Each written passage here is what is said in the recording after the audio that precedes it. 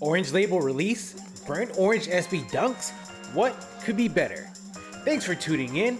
I'm Chris Catalunya. I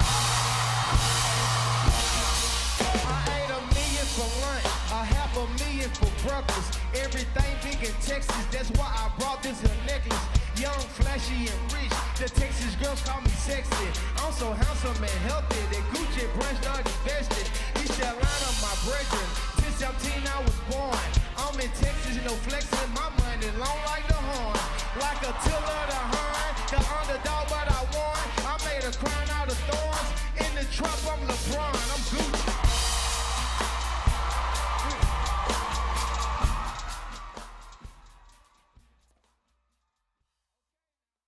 If you like burnt orange, this review is definitely for you.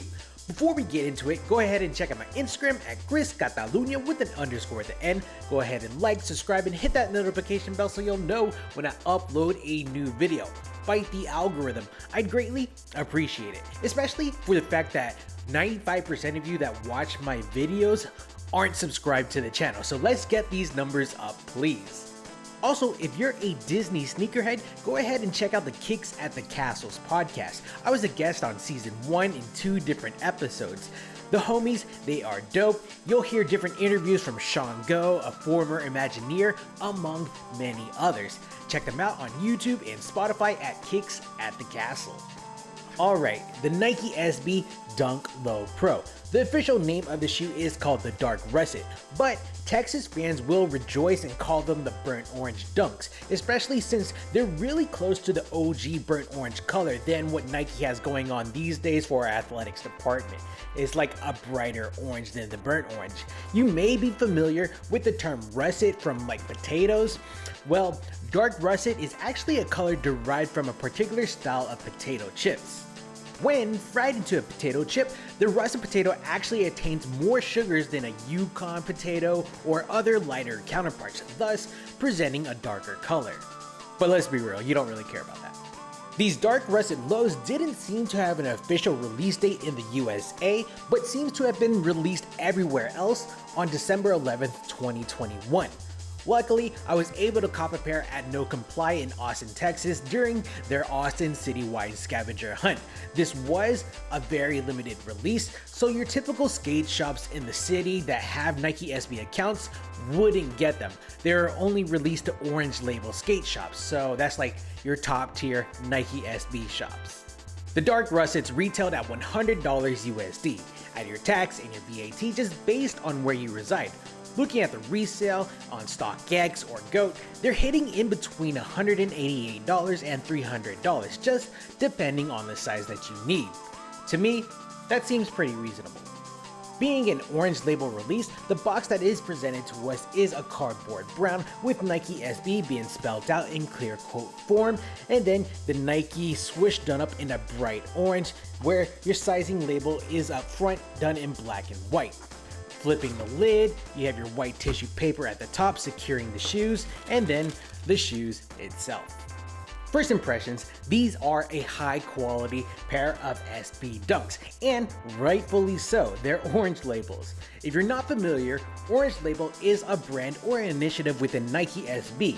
Their releases, again, are subject to exclusivity. Orange Label produces high quality items using premium materials which separate themselves from their general Nike SB products or purple box pairs. The upper of the shoe is almost on par with a high quality basketball leather. Done in that dark russet color, it is a fully tumbled build. The whole shoe has a buttery feel to it. The quarter panels, the mud guard, the vamp, the ankle strap, the heel cup of the shoe, the heel tab, all in uniformed color. Giving a slight contrast, the Nike swoosh is done in a sail color in a smooth leather build that wraps from quarter panel to quarter panel, lateral to medial. And the embroidery on the heel tab matches the sail color. Getting to the bridge, we are provided with 2 sets of laces, the default being a white variant or a sail color variant and an orange variant that you see on the shoe. I can't seem to find where I put the sail color laces. Well, anyways, both are done in a poly blend in oval shape, and I love that the oglets are done in Nike's signature orange, and they spell out Nike SB in white. Behind those laces, a sail-colored loose gauge mesh fat tongue that is typically found on SB Dunks is present. Crowned at the top though, you'll see that Nike SB sail woven label, done with your bright orange Nike swoosh and then your almost invisible Nike SB font. I'm very thankful that they decided to do the sock liner in a black tight knit mesh material, making it more difficult for dirt to be presented. It's a pretty comfortable fit. It is heavily padded all around the shoe from the lateral, the medial, and at the heel. This is an SB Dunk, therefore it comes with a Zoom Air insole. You have the black fabric that runs the length of the insole and then the OrangeLabel box with the Nike SB branding at the heel. And this is all placed on a thin piece of foam. You have a lesser firm foam here in the black, a firmer foam in the gray, and then the Zoom Air unit at the heel, where inside this plastic pocket are tensile fibers and pressurized gas to provide cushioning upon impact. Definitely one of my more favorite Nike technologies. If you haven't watched my eShot Wear review, definitely check that video out as Nike SB introduced this React technology insole on this pair. Link is in the corner above, and perhaps one day I'll do a comparison video between React technology and Zoom Air. Moving on, the Sail midsole looks hella good as is. Now, initially, I hated this movement of the new to vintage look that people seem to have bought into these days, where you would take like a yellowing marker or a vintage marker to the midsoles.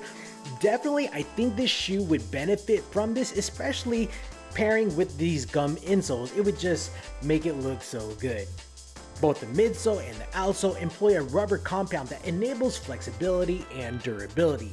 You have your standard dunk traction marking going on, where you have the circles at the top, the branding done in the middle, done up in a black block form, and then your grid mark at the heel. If you are new to SB Dunks, stick with true to size.